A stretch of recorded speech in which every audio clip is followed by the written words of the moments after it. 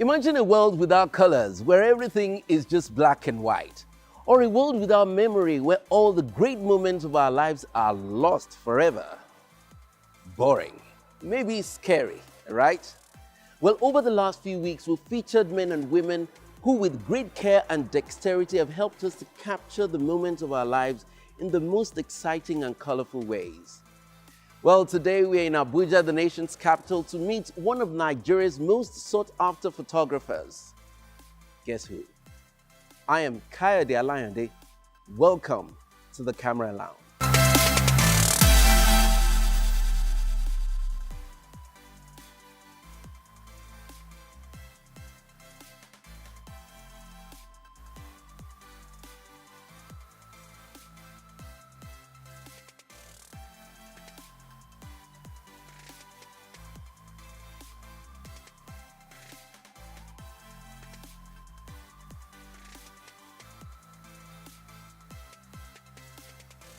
So right before the break, I remember I asked you, guess who?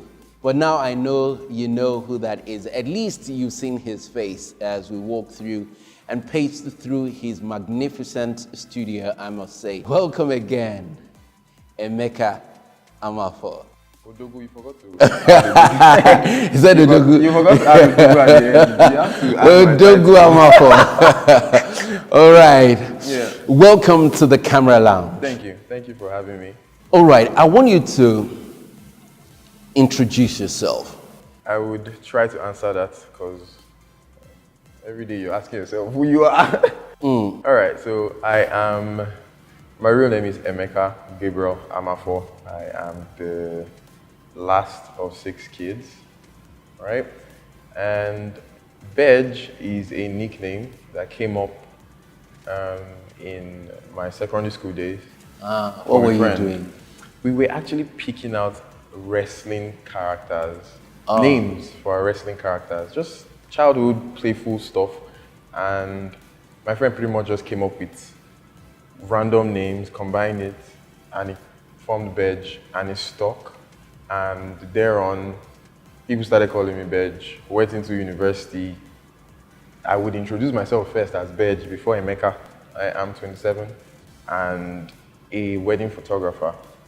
Would like to say I'm still discovering myself, right? In life, in career, in every aspect of it.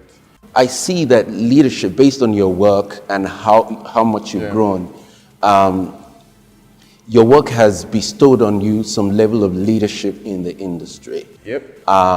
What does that mean to you? Like how you said it was bestowed on me. I didn't. It's a responsibility that I just walked into, and I feel like I am capable of it. I mean, being a frontliner of the wedding scene, being someone who the main thing about weddings, Bedge comes up. So that's responsibility on its own, because there are people who always say, oh, you inspire me, I wake up every day and I want to be like Bedge. When I hear that, as much as it's flattering, it's still treasure that comes from leadership, like you said. So I feel I'm going to just do everything my way. I'll take my time to always structure the brand properly, to keep inspiring people, keep changing the narrative. And with weddings, I feel changing the way Nigerian weddings is seen. First of all, value. We need to start valuing our photographers, how much we earn, how people need to understand that photography is an art. When you hear how much we charge here and how much they charge over there, there's a huge difference. We're doing way more work here for less. And it's because there's an orientation that has already been there before any of us. Because I'll give you an example. When I started, people were like, oh, you're charging too cheap for how much good work you're putting out. You're too cheap. Why are you charging this amount? You should be charging higher. And I was like, I'm coming from a place where what you think is cheap is a lot for me, right? What I charged the first time, when they even paid me, I was like, I can earn Yeah, so it means money is not the driving force. But then again, getting to where I'm at now and being able to say this is what I charge and people pay for it, something has changed. And I feel like there are a lot of other people who are still stuck in what I was going through then that need to move so forward. What changed? That's a tough question. What changed? I realized that I have a talent that is rare, so I have to place proper value on it. What's that talent?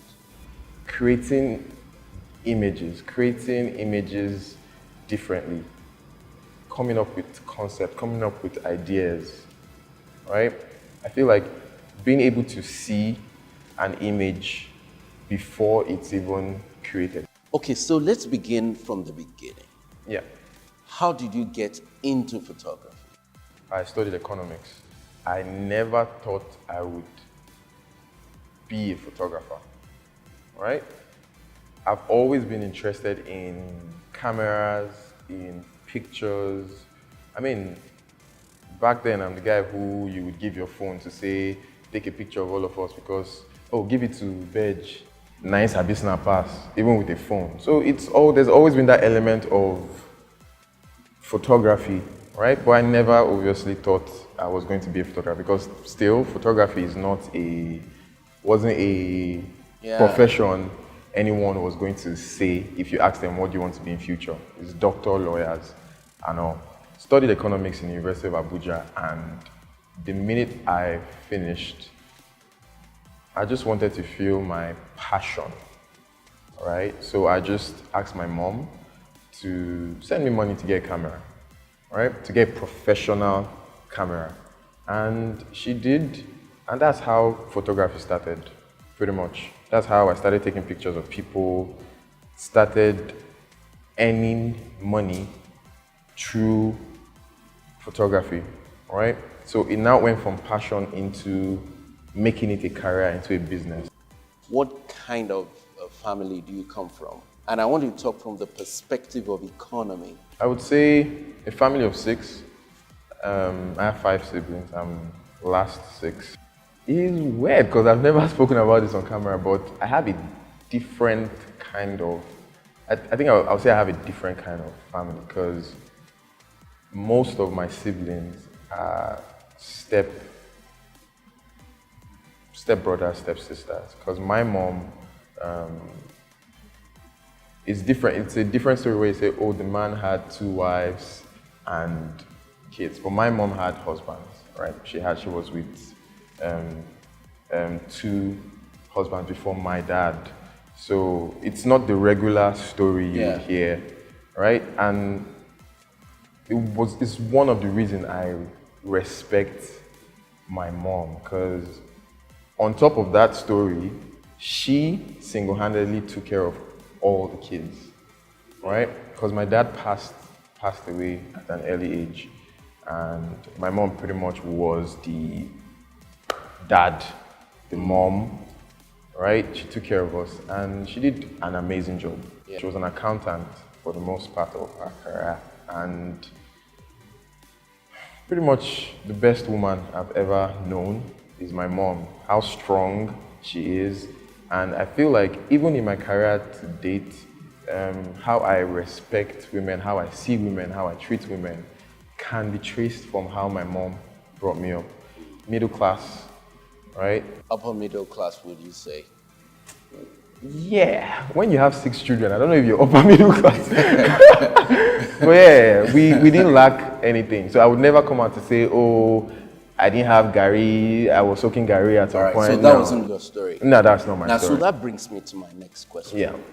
Now, there are a lot of people who want to follow their passion, but they think about the economy. The economy. And the risk involved in following a passion. Yes. Sometimes people are cautious to follow their passion, especially when they can't see how it will sustain their economy. Would you say the fact that you come from that sort of privileged, made it easy for you to follow your passion? Okay, so this is it. I am someone who, I only ask for help when I am in need of it. I rarely ask for help. I rarely ask for handouts. Down to my mom, I rarely ask her to say, oh, mom, buy me this, buy me this, buy me this, buy me this. So asking her to get me that camera was a thing of, I'm asking this time, and this is what I want. Would you be able to do it for me? And she was able to do it for me, and the rest is history. So I didn't go in to say, I'm asking for this camera to start making a life for myself to, I was still going to be I thought I was still going to be dependent on her. The camera was just pretty much, like I said, passion, to just fuel my passion. So I wasn't thinking about the economy. I wasn't thinking about, oh, if this doesn't work, I'm in trouble, right? I was just thinking about how I needed to get a camera that I was obsessed, obsessed about. Yeah. Right? So nothing else fueled me but passion. So there was no thought on, oh, the economy, I need to find something to start doing. No, none of that. So I don't think me coming from a comfortable household where I can afford, the camera was 170,000 naira then. So I don't think it played a part. When was this? I think, if I am not mistaken, I think I would want to check, but I think it was like 2014, 15. Oh, wow. Thereabout. So let's walk through that journey from the camera episode. Okay. What did that experience do for you, and how did it graduate into the Bedge? Yeah. I got the camera, started learning, because a professional camera is so different from a phone. I know I got that camera, and the first few weeks, I wasn't using it as much because it was like rocket science. It was like Matrix. So many buttons, and the thing about a professional camera is it doesn't look good so fast. It's not like a phone where you take a picture and just everything is already set. Yeah. You have to make something. Make it happen. You have to make it happen. So yes. It was a challenge. So moving on, started learning how to use the camera, started taking pictures of different things. Hi, Bedge. My birthday is tomorrow. Do you want to come around? Bring your camera. Now, if you tell me that, it's offensive, because I'm like, are you just inviting me for camera? I mean, I want to jail. But then, it's exciting. I was like, oh, let me even now use this camera. Yes. To do something, right? Get to the birthday, take pictures, earn 5K, earn 10K. It started giving me a sense of business. Oh, this could be a way to start earning money, right? And in the process, still learning how to use my camera, still learning how to be good at my craft, getting better, and people started calling me more for gigs. So I think that's pretty much the journey after I got my camera.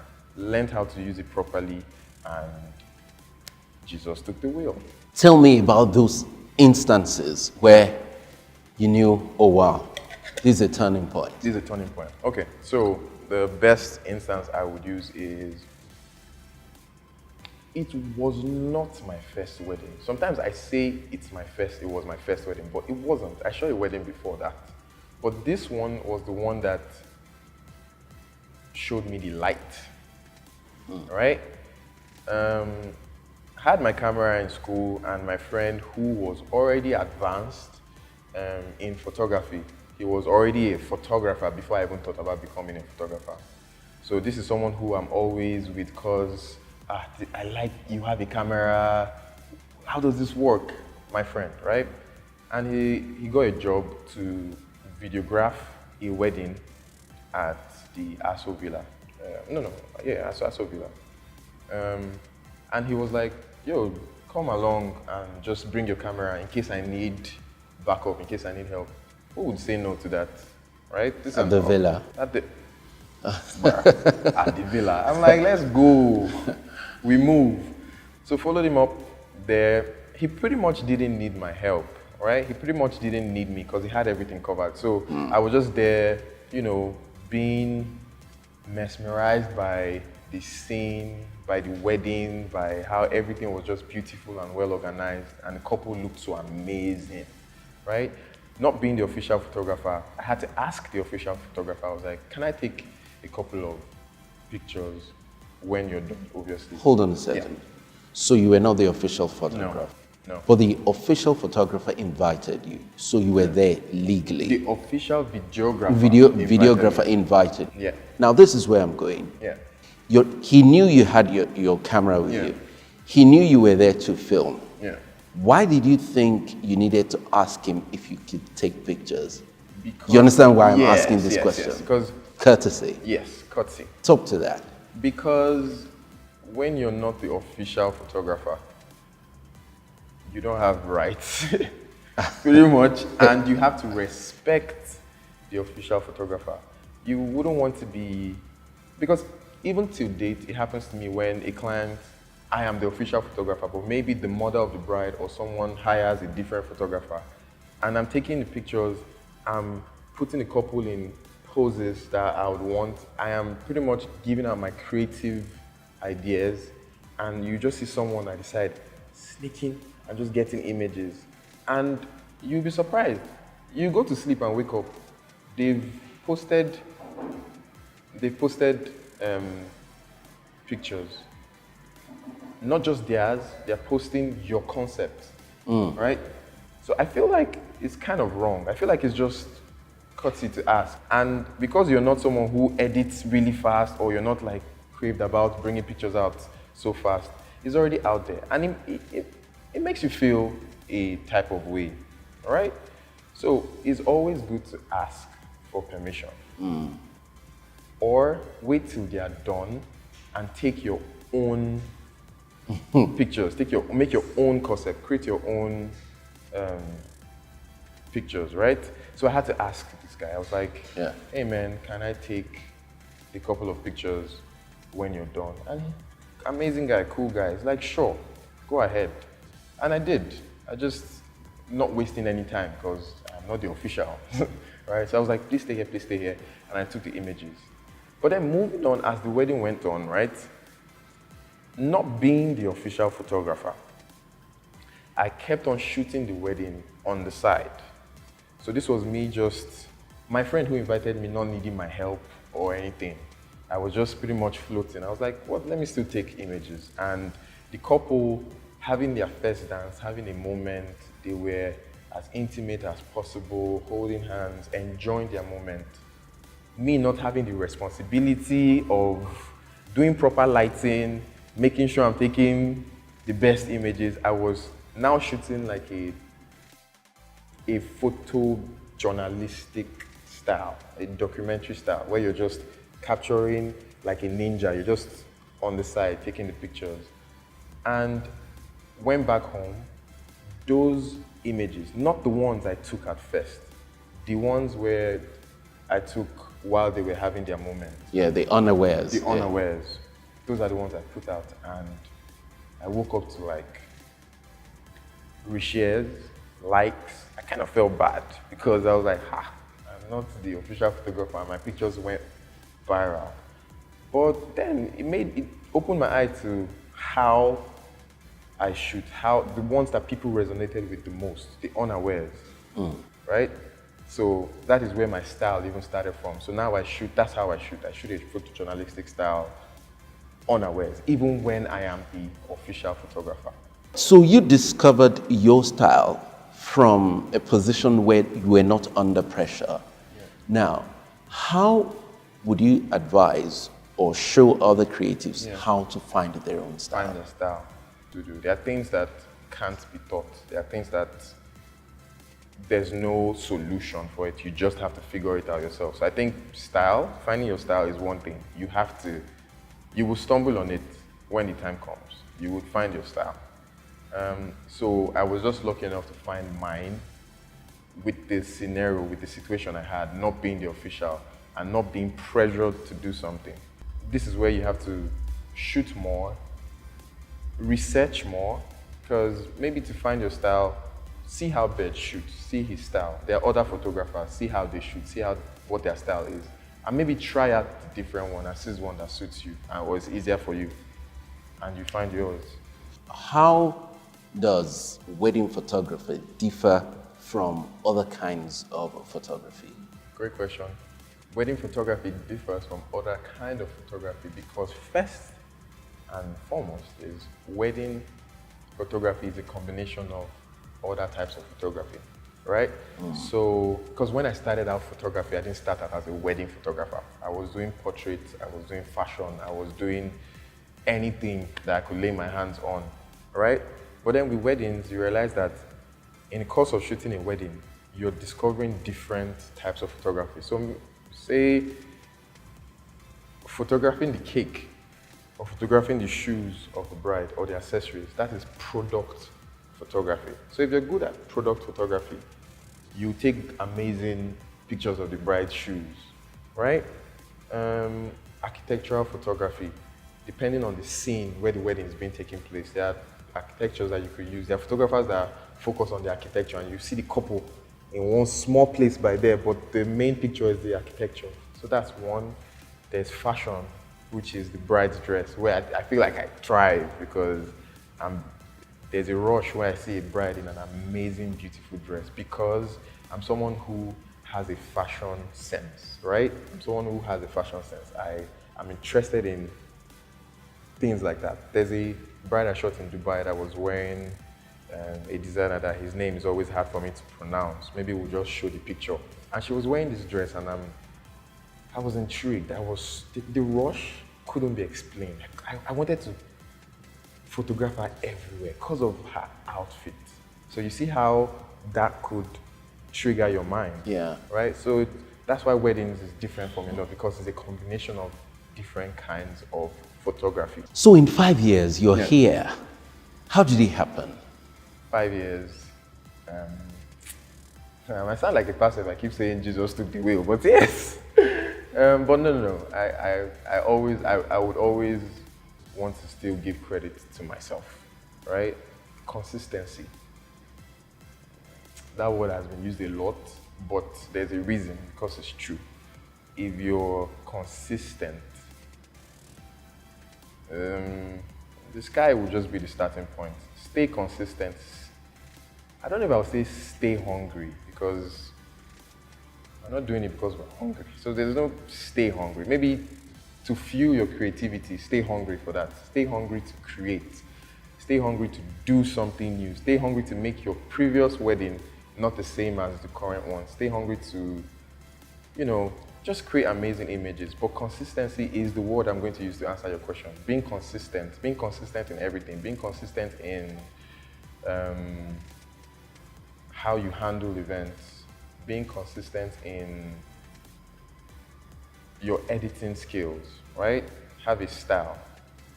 Don't be everywhere and anywhere. And hard work, obviously. You can't be lazy with this. You have to be hardworking. You have to research. Because I learned mostly online. I learned from YouTube. That's why if people say, oh, when is your class coming up? I'm like, teaching is always hard for me, but I would want to teach the way I was taught. The way I learn is the repeated method. Being able to watch something over and over again. Being able to do something over and over again till it sticks. So photography is photography. Yeah. The business of photography is a different ball game altogether. And the clientele is also contributory to when we say people make it. How did you make it? How did you get the clientele? Let's go on specifics. So if you hear the name Bedge, you can relate it to the fact that, this is someone whose photography style is different from the rest because he uses presets, right? So I have presets I use. This is the technical side of photography. So I had my own style. So if my style is different from your style, you now have a client they are left with a choice. Oh, I like this person's style, I'm going to go here. So I think that's it. Because I created my own style of pictures, right? It means now I have look my and own, feel. In look and feel. It means now I have my own market. I now separate myself from the rest. So if you're coming to buy pictures or you're coming to hire a photographer, you go through my portfolio. You're like, oh, I like this person's style. So that's one. Getting a clientele is creating your own style and the people who resonate with your style, who like your style will come to you. Another thing is word of mouth, right? That's the best marketing tool ever invented. Word of mouth, referrals. If I shoot your wedding and I do a great job, nobody's going to tell you to refer me to your friend who's asking, oh, who was your photographer at your wedding? You immediately just say, I bet he's very nice and he's affordable. Oh, go here, go here, go here, right? So word of mouth is also key. Another thing is, there was a time where I was very available, price-wise. I wasn't charging as much as the top guys at the time, right? So if Mr. A was charging 500K, I was charging 200, but I was giving equal quality of work, right? I was giving the same quality. So now you walk in and you're like, how much is this guy charging? He's charging 200. It's not rocket science. You're going to the guy who's charging 200. But I was charging 200 because I needed people to come my way, right? But then as time goes on, you start realizing that, okay, it's time to start changing the structure. So if we're now being specific on saying how I moved on, I stopped. So this is my template. We have 2 packages for every year, right? So from January to June, we're charging this. From July to December, we're charging a different amount. So that's actually good advice. That's how I do my business, right? So we change our packages by every half of the year. What's responsible for that? Because growth. Because once you've gotten your clientele and you're okay with it, you already have your pictures, money is still a thing. You need to grow financially. You're going to hire more staff. You're going to need to buy a new camera. And the charge you're charging, that 200K you're charging, might not be cutting it off. So you always need to improve. So that's what we do. That's what I do. That's my strategy. So even in 2022, January to June is a different price. And now we're not taking, so online, if you go online, we're not taking bookings for the second half of the year because our packages for the second half of the year is not out yet. So people already know that for the second half, I'm having a different price. And I understand that you're fully booked. Yeah, for the first half of the year. How do people get there? I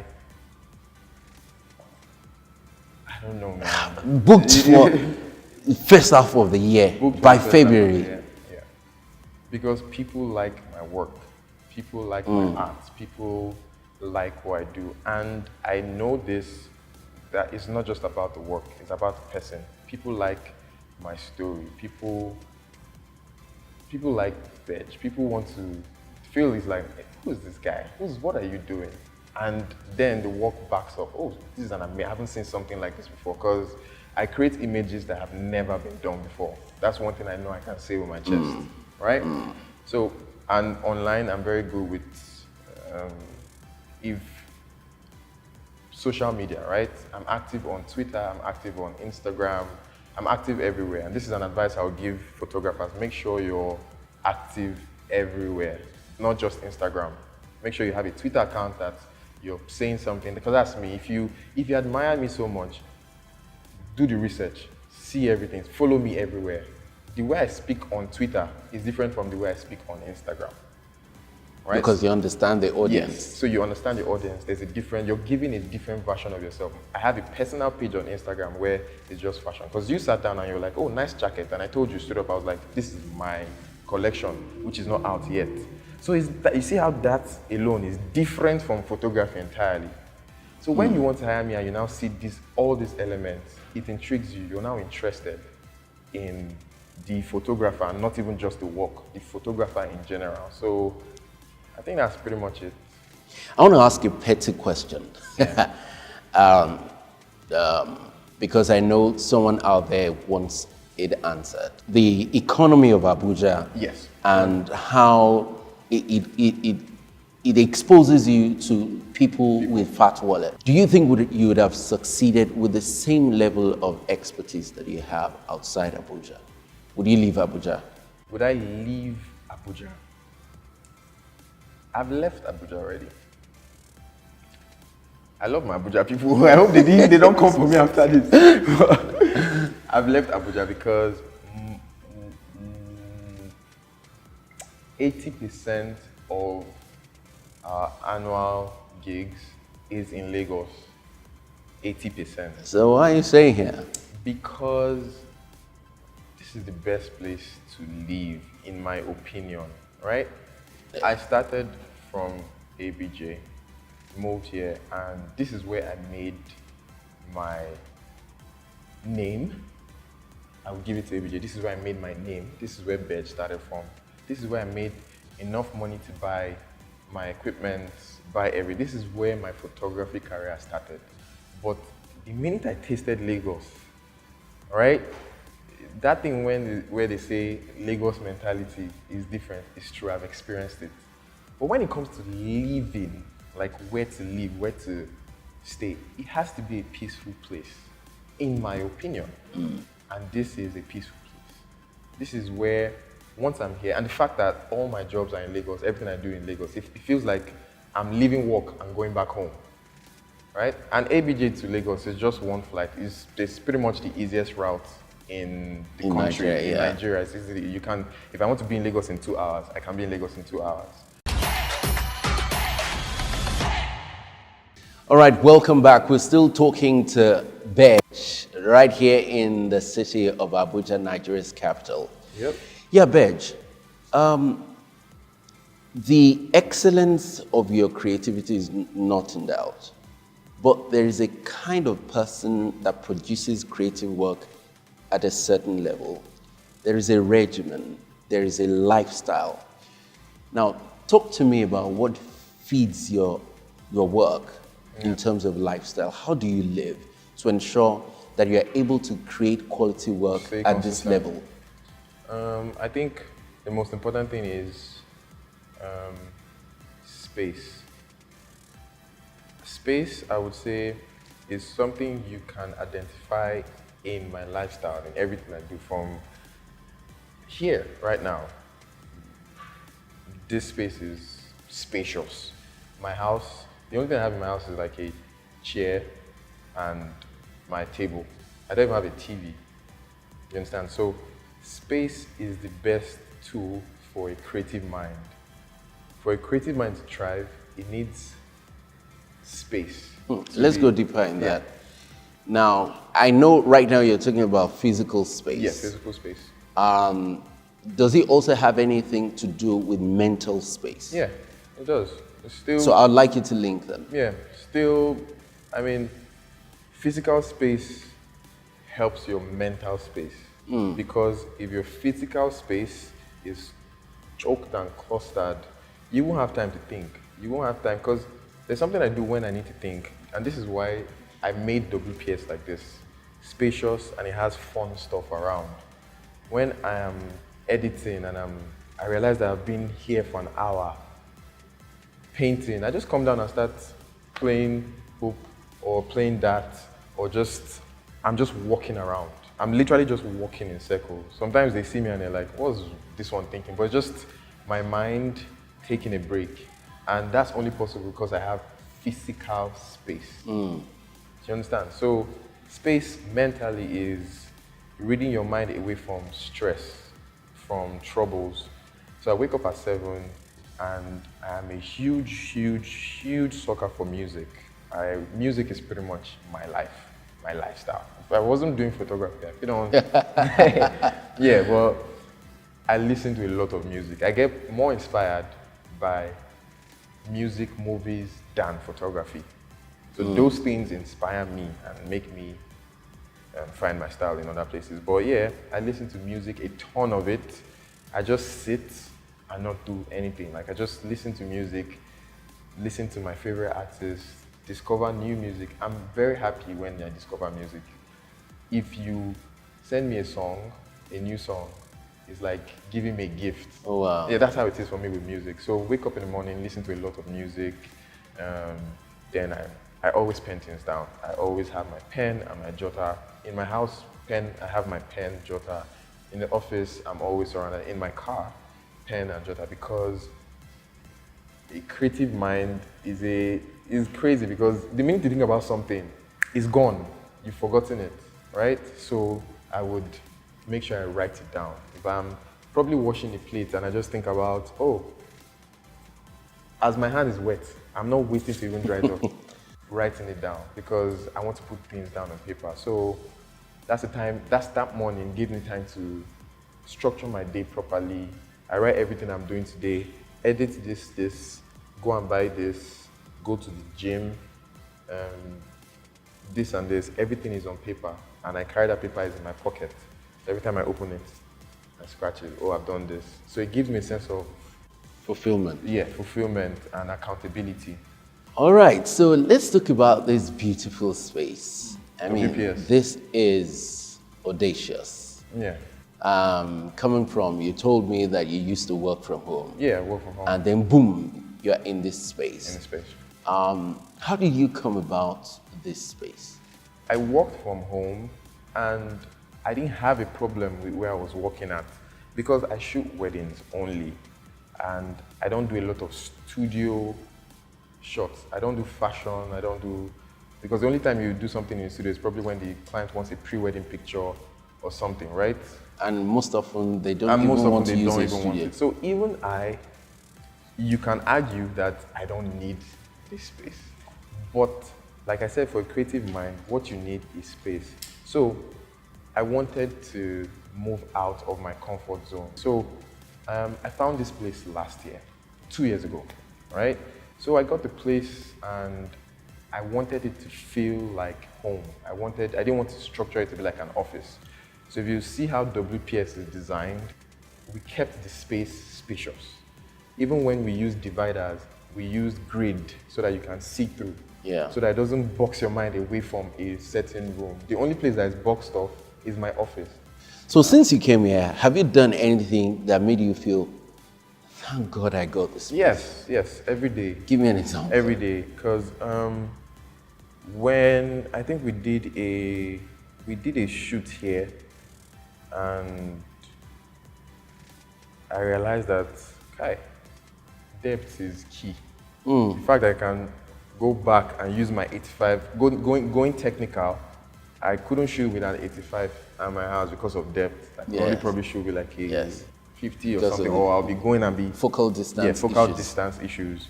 But here, I'm using my 85, I'm using my 100, and I'm like, yes, I was right.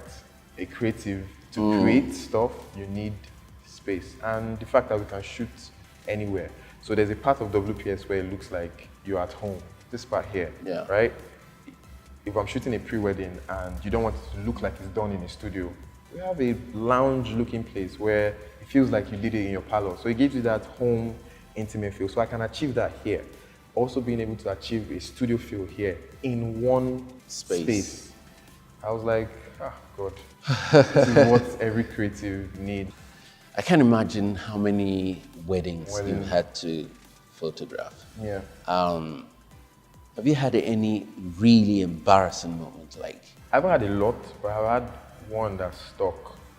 Because, so I was shooting Zara Buhari's wedding. I wasn't the official photographer, right? I went with the makeup artist, like I said, to take her headshots, right? And in the line, the makeup artist was like, don't worry now, just go and take, just go into the wedding, take. And I'm like, me, very cautious, I'm like, hey, let me not get into trouble or something. But I was just going with the flow, right? So I went with them into the hall, and mind you, this is the presidential wedding. And this was before BEDGE became a name, right? This is a presidential wedding, so there's a lot of security and there's a lot of caution. So I was just there, just feeling uncomfortable, but still, taking pictures. The next thing, there's some TSX guy that just sighted me. As he just sighted me, he was just walking towards me, and I knew that was when I knew, I was like, okay, Kasala don't bust.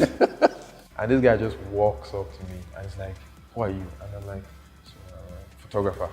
I came with the makeup artist. He's like, you're not supposed to be here. I'm like, oh. In my mind, I'm like, yeah, I know. Even me here, but I know I'm not supposed to be here.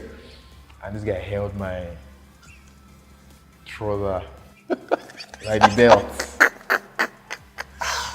I was like, I begged him. At that point, I just summoned the company. I was like, sir, whatever you do not embarrass me. Do not, I will leave, but don't don't use me to catch cruise. Don't be me going to say catch cruise today. Do you understand? Yeah, so the guy was like, oh, yeah, walk. But wait, couldn't you have told him that you're the photographer for the makeup artist? Nah, nobody's going to hear that. He wasn't even going to hear me speak. Okay, so I'm going to ask you, could you, in retrospect, could you have handled that differently? Differently. I mean, yeah, now I would, but like I said, what would you have done differently now? Now I would not be in that situation. That's what I would have done differently. I wouldn't be in that situation because that's a very delicate job. That's a job where they know every single person who's in the room. Yeah. You understand? So I would decline.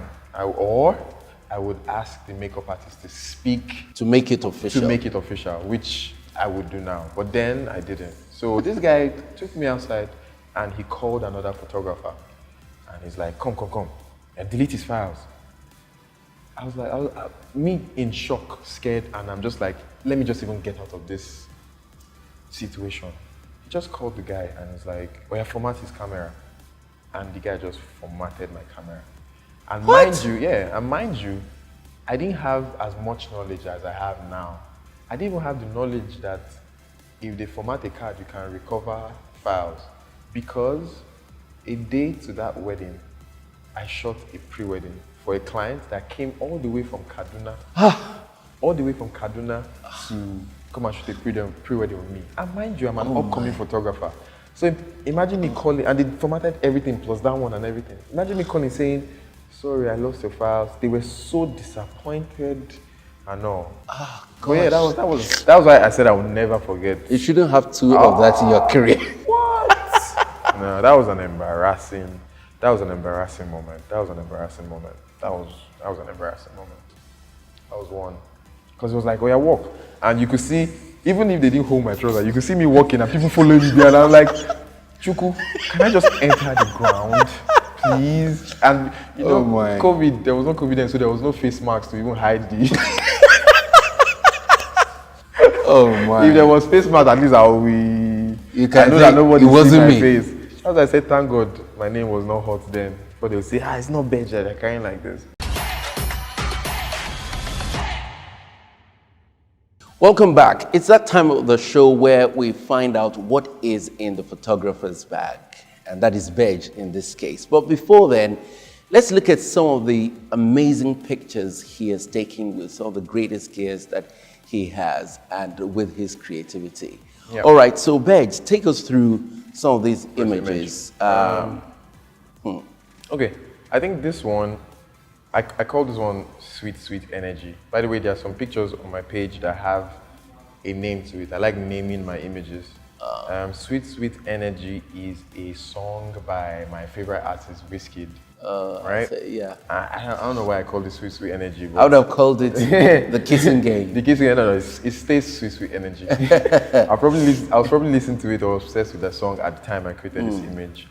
And that's one thing I really like about the image is because you don't get to see people do this a lot here because we have this don't kiss, we can't be seen kissing online, what do our parents say, right?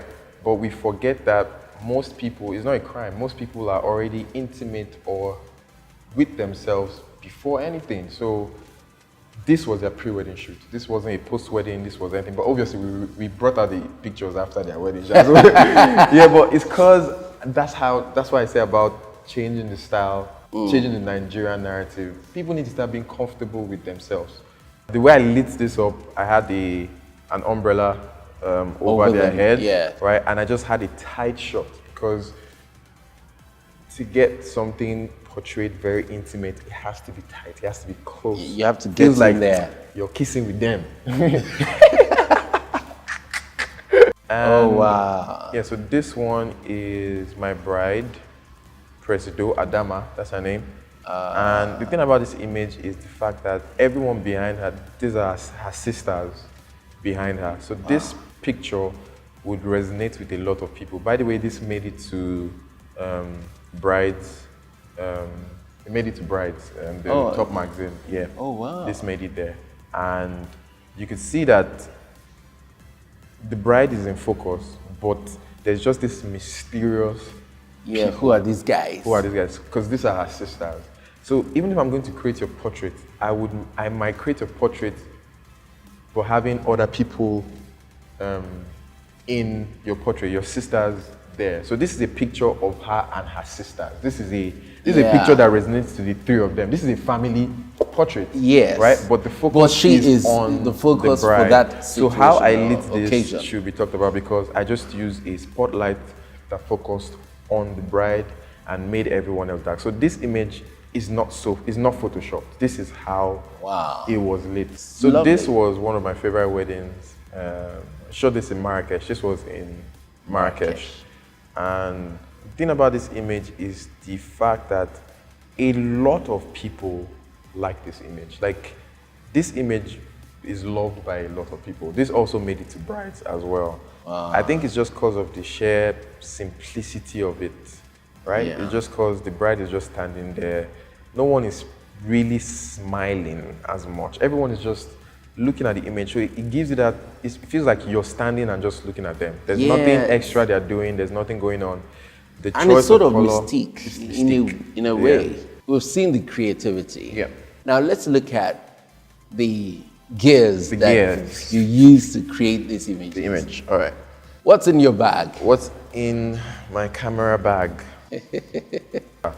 So, opening the bag, there are things that are here that are not photography related. So I have my handkerchief because shooting weddings. Handkerchief? Yeah, handkerchief, because shooting weddings, you're stressed, you're probably sweaty. I need my handkerchief. Yeah. It's there. I have my Panadol because sometimes You're just stressed you're out. so stressed, right? So I have those. It's like my first aid kit is inside here, and I think a lot of photographers should. So you're not just, the only thing in your camera bag is just camera and gear.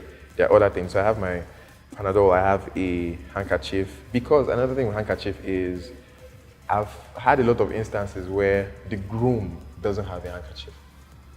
And I'll just quickly go to my bag and bring out one. And already how awesome is it that how awesome it's a it is. photographer And that it's hands you a handkerchief. handkerchief. So it's good for me and good for my clients. So when they need to wipe their face, I have a fresh handkerchief. And it already just does something to their mind, like, this guy's caring.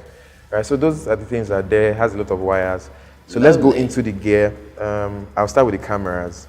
I recently moved to mirrorless cameras. So I got the R6 and the R5.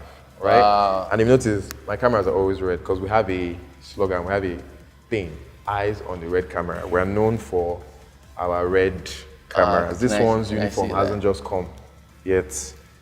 Yeah, so it's a red camera, and the reason I always put a red pouch on my camera is because it helps me say eyes on the red camera, because when I'm shooting a wedding, imagine you're shooting a wedding where there are a lot of photographers outside, you're trying to do guests and they're like 50 photographers, maybe all these political events, right? And I just scream, eyes on the red camera. Even the people around, they're like, this guy, now what for you? Because the clients immediately just find my camera. Yeah. And if you shoot children, if you're into shooting, it attracts them. So if you just see they are looking at your camera, so it will help you. So, and it looks good, it looks rad, it fits my black. I love it. So yeah. So that's so for cameras. R5, R6. R5, R6. So moving on, I think it's my speed lights. Just a good old speed light. I rarely use this guy. So, but it just has to be there in case you're in a situation where maybe you're probably going into a room where they are signing the registry and you can't bring your strobe, or you don't want to have so much. Yes, just one. So just speed lights, you get this on. Awesome. For lenses, I have my 35mm and F1. this is 1.8. This is not rehearsed, but I was gifted by CAMERAjOINT. So CAMERAjOINT gifted me this camera. So see why? Awesome guy. Awesome guy. Awesome guy, actually.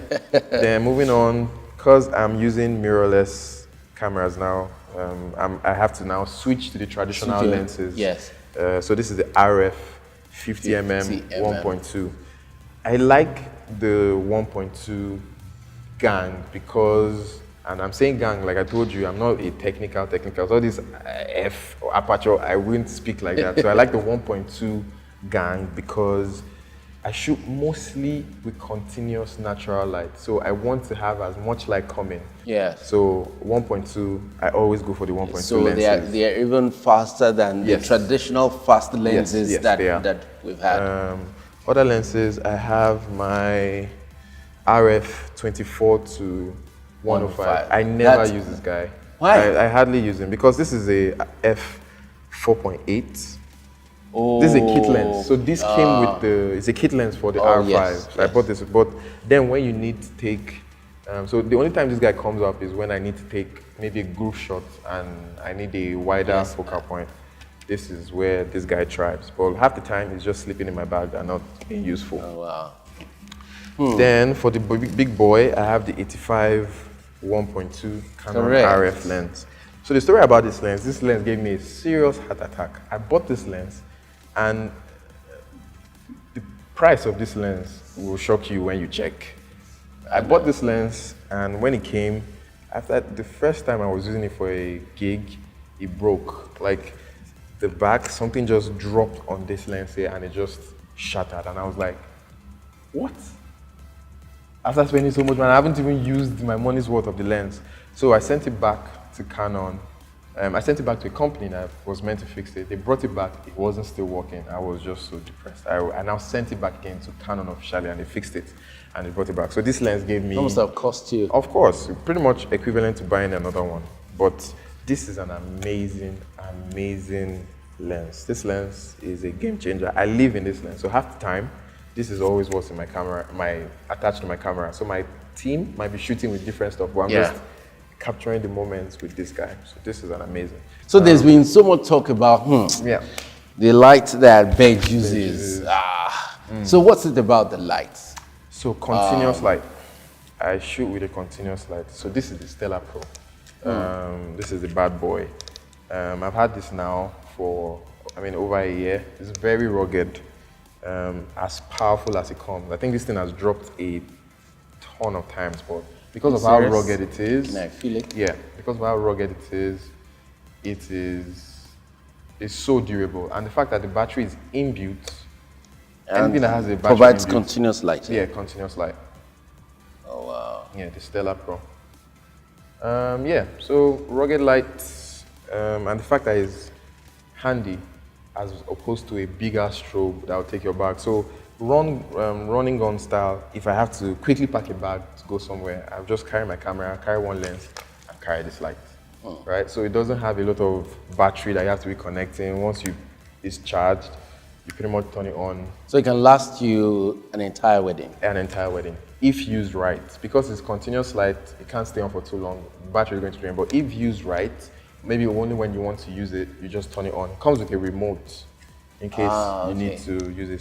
So this is the Stellar Pro, this is one light. Wow. So this is the Stellar Pro Reflex X, and I got this from CAMERAjOINT. I think we have a partnership now. So to get these bad boys, you can get it for a really good price through us. And there's nowhere in Africa you can get this light cheaper. So even if you want to buy this light from them, it's going to cost you more. Wow. Yeah, so it's just best to go through CAMERAjOINT and you get a great deal. They really gave us I got this for at the time, before we got the discount, I got this for 800K. Yeah, but now you can get it for 500. So that's the deal we got through these guys. So you people need to buy these lights. It's really amazing. So this one now, this is a game changer, honestly. I am not one who would, as much as I'm an Igbo man, selling to people is always off for me. I'm like, don't think I'm trying to make money. That's why I'm pushing stuff. If something resonates with me, if something does gives me a result, I would want to share with you, right? That's why I spoke to CAMERAjOINT. I was like, guys, let's introduce this light to people, because I'm satisfied, more than satisfied with this light. But this right here is a game changer. So this is a continuous light that now serves as a flash. So this is a continuous light that you can now use with your trigger. So imagine having a continuous light and a flash. And a flash all in one piece. In one piece. So it's actually a game changer. And as time goes on, I'm going to be using this light more, and people are going to be seeing what this light is. Because for me to convince you to buy something, I'll just rather show you what it's used for. I'm not saying, oh, go and buy this today. No, I want to even use it to see the full marks of it. And these lights are rugged. So they would fall, you would hit it, nothing is going to happen to them because of how the build quality is just very, very sturdy. So yeah, that's the thing with this light, the Stella Pro. So you just put it on a monopod. Or you can just hold it. So I use this now for like after parties because, and this is why it is amazing for after parties, because after parties is when everybody wants to unwind, when everywhere is dark and people are loose, right? People are having fun and they wouldn't want you bringing light to their face. You're probably going to trigger them, right? Yeah. They are in their dark mode. So because this is a continuous light, you can now choose to either leave the continuous light on or strobe it. So you can now just be flashing. So there's no, but this guy, since this guy is a continuous light on his own, it has to stay on. Yeah. So people are like, sorry, turn off your light. Yeah. But with this, it's a continuous light, but then it's a flash. So you don't need to use the continuous light feature, you just have to use the flash. So, and it's convenient. Wow. You're not carrying an assistant who's holding light. So it's just you, you're even dancing with them, and you just hold this and you're like, oh, so what? This is going to be on your second hand. This is just exactly how I'm holding it. This is how it is with my camera, just this. So I'm shooting a after party, this is me. I'm like, you see? So I'm not spooking people, I'm not in their faces. I'm just like, hey, can I take a picture? And they're like, yeah. Right? As opposed to maybe using a speed light, because for a speed light to work, you need to bounce something down. But if you're shooting outdoor, there's nothing to bounce. Wow. This is so handy. So amazing. This is a game changer. And so that's, what's the name again? Stella Pro Reflex S. So guys, that's the Stella Pro Reflex X. And X or S? S. S. Yeah. All right, that's the product. You may want to look it up. Do your own research. Do your research. I mean, B-Laws told me one of the greatest things that photographers can do is research. That's it on Camera Lounge for today. Thank you very much, Bedge, for coming. It's been such an amazing time talking to you. Thank you so much. I had a good time. Appreciate it. Thanks for coming on the show. Thank you. Thank you for having me. Yeah. I rarely do this because speaking in front of camera is always weird. You didn't do badly. Trust me. All right. Yeah, and that's it on the show for today. Thank you so much for watching. I'm Kayode Alayande. Bye now.